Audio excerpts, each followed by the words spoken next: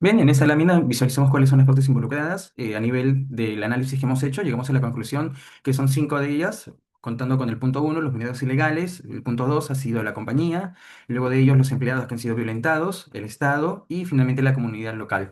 Veamos cuáles son las necesidades o cuáles son las iniciativas que tenían cada uno de ellos como sus motivaciones. A nivel de los mineros ilegales, ellos buscaban el control de la zona para que estén desplazando a esa compañía. Obviamente eso lo han hecho mediante la violencia, llevando armamento y también imponiendo su presencia. La compañía ha sido básicamente la víctima de estos mineros ilegales y ellos lo que buscaban es la protección obviamente de sus inversiones y la operatividad de sus empleados, ¿no?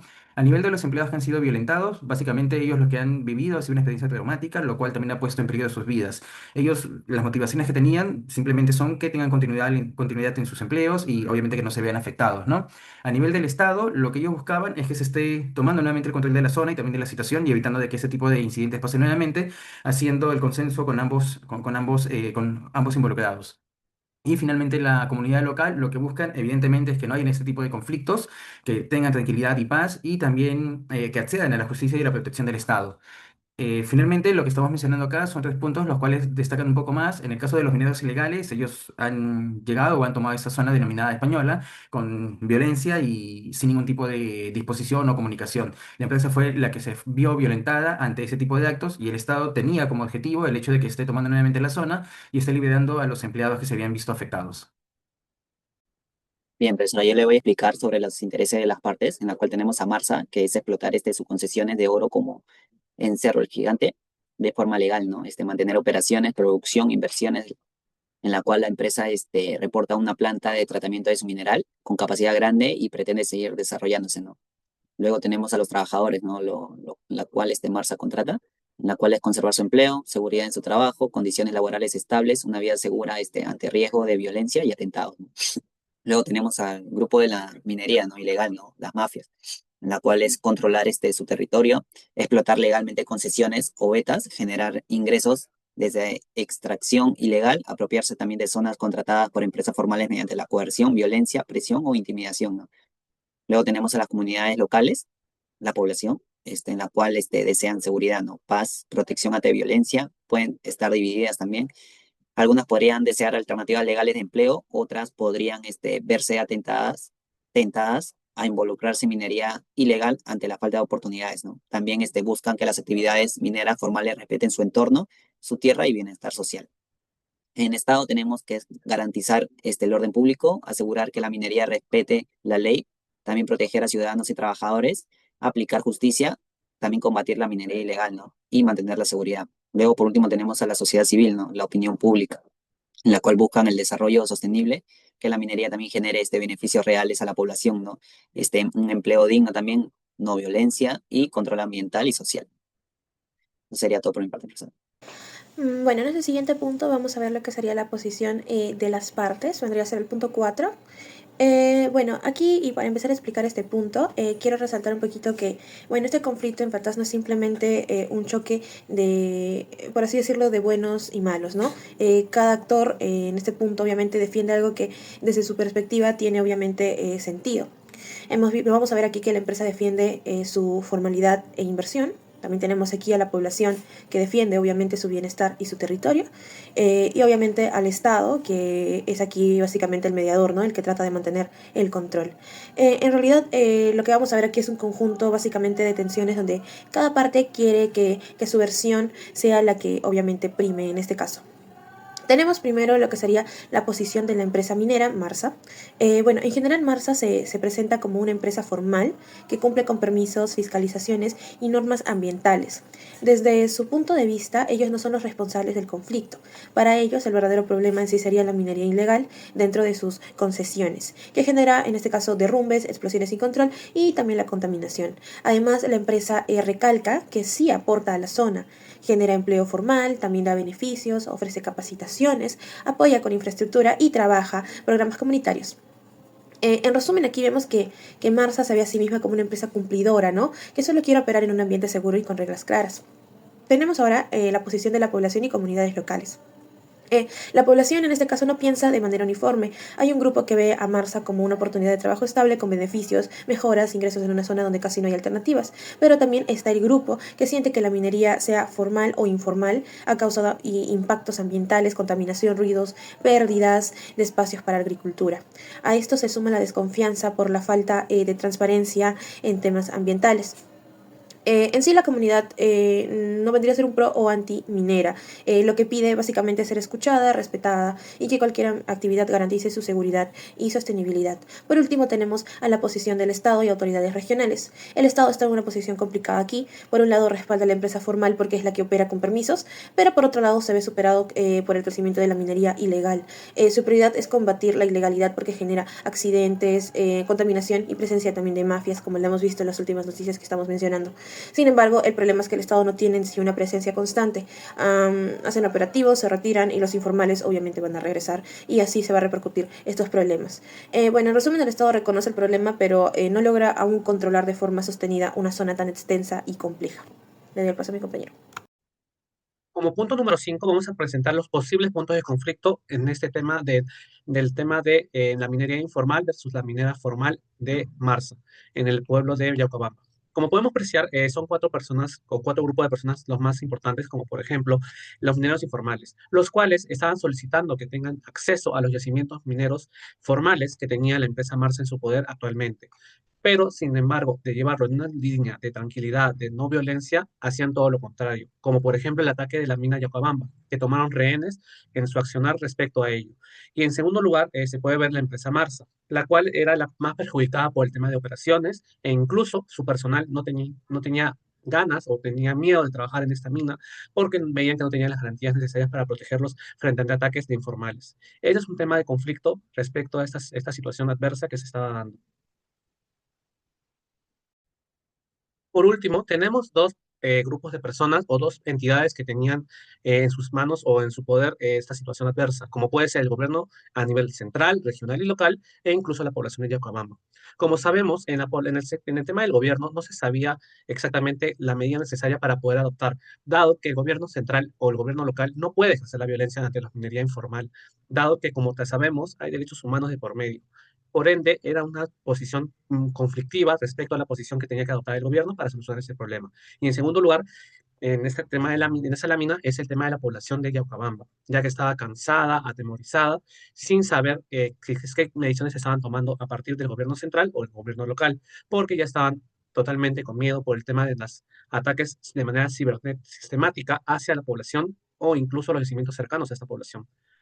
Por ende, no se puede apreciar de que hay una serie de conflictos sin solucionar respecto a esta situación. Gracias. Contexto en el que se desarrolla la negociación. La negociación se desarrolla en un escenario altamente complejo y tenso, que puede estar caracterizado por la presencia de la violencia organizada que hemos podido evidenciar con respecto a la ausencia del control, ya sea estatal, del efectivo, y también con un clima de bastante desconfianza por parte de estos hechos, ¿no? Ya que un tema detonante ha sido la toma de los rehenes en una unidad minera del Marsa, lo que ocurre en una zona de la minería informal, lo que lleva años consolidándose como un sistema económico paralelo, con ciertas estructuras que operan al margen de la ley y que utilizan la coerción, las amenazas, la fuerza armada también para poder asegurar la permanencia en el territorio. En este contexto, la empresa Marsa lo que hace es afrontar una situación de vulnerabilidad y operatividad. La negociación, por tanto, no se desarrolla en un ambiente neutral, sino más en un ambiente bajo unas condiciones de un riesgo extremo, ya sea para los trabajadores que han sido retenidos y también para evitar un escalamiento mayor con respecto al conflicto. Entonces, en el Estado, en esta negociación, también llega con ciertas limitaciones importantes, ya que en una presencia irregular en la zona, las capacidades operativas insuficientes y una necesidad urgente de poder recuperar cierta legitimidad frente a la población local, que percibe que las instituciones no logran controlar esta violencia. Ante ello también se le puede sumar que la comunidad está dividida entre quienes dependen laboralmente de la empresa y quienes también temen a que la minería ilegal y quienes se sienten desatendidos por ambas partes. Entonces, sumado a todos estos conflictos, también existe un trasfondo histórico de las tensiones vinculadas entre la informalidad minera disputada territorialmente, problemas ambientales, reclamos laborales y la falta de oportunidades económicas que hacen que la negociación no solamente busque resolver la liberación de los rehenes, sino que también se conecte con causas estructurales del conflicto. Entonces, en resumen, la negociación ocurre en un entorno, como ya hemos podido evidenciar, de alta complejidad, marcado por la presión del tiempo, el riesgo de la vida humana, la debilidad en las instituciones y la coexistencia de los múltiples intereses que están contrapuestos. Entonces, esto exige una estrategia técnica coordinada y basada en principios, como lo que propone el modelo Harvard, para poder evitar decisiones impulsivas, lograr acuerdos que atiendan, por lo tanto, esta emergencia como las causas profundas del problema. Continuando con la exposición, tenemos pautas para la propuesta de negociación.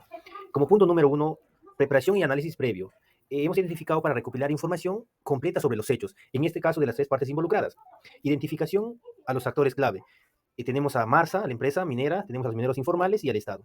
Como siguiente punto, definición de objetivos de la negociación. El objetivo principal es salvaguardar la vida e integridad de los rehenes. Objetivos secundarios tenemos restablecer las operaciones y reducir el conflicto social. Esto hace base a un buen acuerdo, a un buen diálogo. Como tercer punto tenemos identificación de intereses y necesidad de las partes. Como ya lo mencioné, tenemos tres actores o 3 partes involucradas. Marsa, protección del personal, comunidad operativa y la seguridad jurídica. Por el tema de los mineros informales tenemos acceso a las áreas de explotación, demandas económicas o laborales y reducir de manera significativa la intervención policial.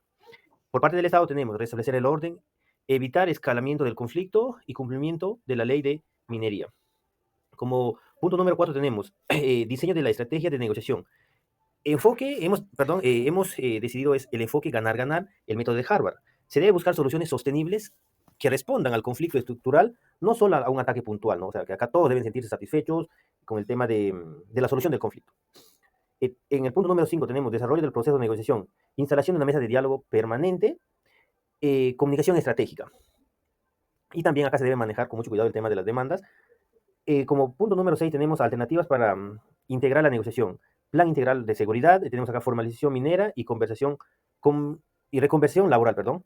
En el cierre del acuerdo tenemos que cerrar como el método Harvard, es ganar-ganar, que todos se sientan contentos. Gracias. Continuando con la exposición, finalmente les hablaré sobre las conclusiones y recomendaciones del tema que hemos tratado. Como primera conclusión, tenemos la muestra del verdadero problema de fondo del caso, que en este caso es que la zona es altamente vulnerable y la minería ilegal actúa sin control. Esto provoca situaciones extremas como la toma de rehenes y deja en peligro a todos, en este caso a la misma empresa, trabajadores y la población de las comunidades. Como segunda conclusión, aquí resaltamos que aunque la empresa Marsa es una empresa formal, no puede operar con tranquilidad porque el Estado no tiene presencia continua. Eso hace que la empresa quede expuesta a ataques y pérdida de control en su zona. Como tercera conclusión, mostramos que la comunidad está atrapada entre la minería legal e ilegal. Hay una división, hay miedo y las personas sienten que no están protegidas. Por eso se necesitan acciones que fortalezcan su seguridad y su bienestar. Y finalmente, como cuarta conclusión, resaltamos que este no es un conflicto improvisado.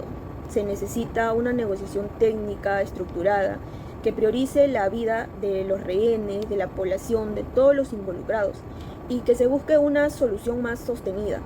No basta con resolver el problema del momento nada más. Por último, les hablaré de las recomendaciones para el caso.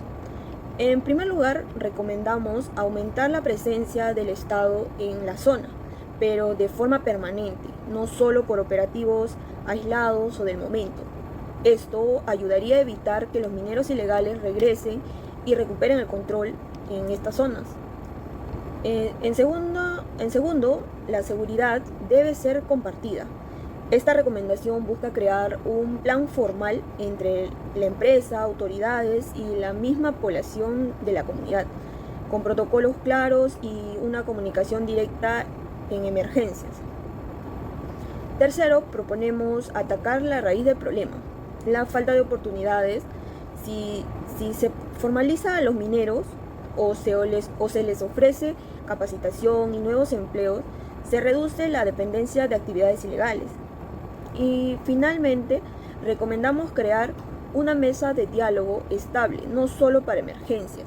Esto permite anticipar conflictos, revisar avances y asegurar que los acuerdos se cumplan como se ha quedado por todas las partes involucradas. Gracias.